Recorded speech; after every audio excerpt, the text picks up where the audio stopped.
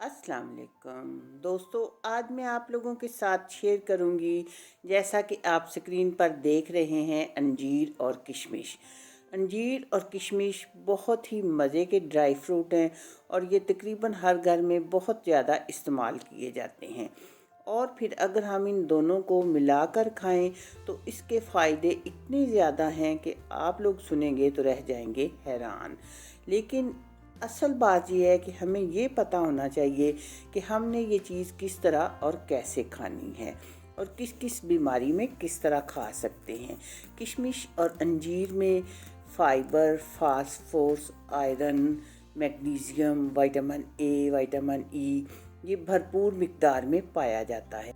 ये सब चीज़ें हमें बीमारियों से बचाती हैं और डॉक्टर से रखती हैं हमें दूर। लेकिन शर्त ये है कि हमें इनके खाने का सही तरीका पता होना चाहिए।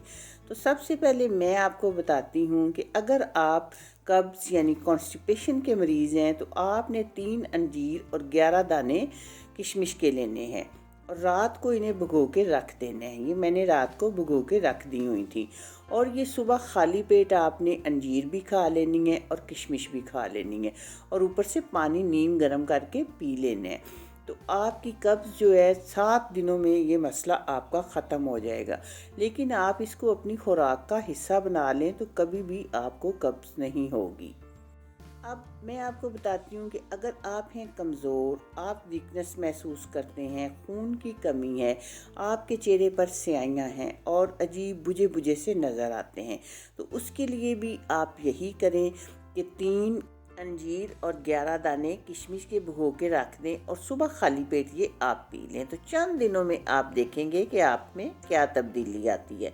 अब अगर आपको खांसी है, रेशा है और सीने में जकड़न महसूस होती है और आपको सर्दी लगती है तो उसके लिए थोड़ा सा मुख्तलिफ तरीका है। उसके लिए भी आप 3 अंजीर, 11 दाने किशमिश के इन्हें भिगो के रख दें।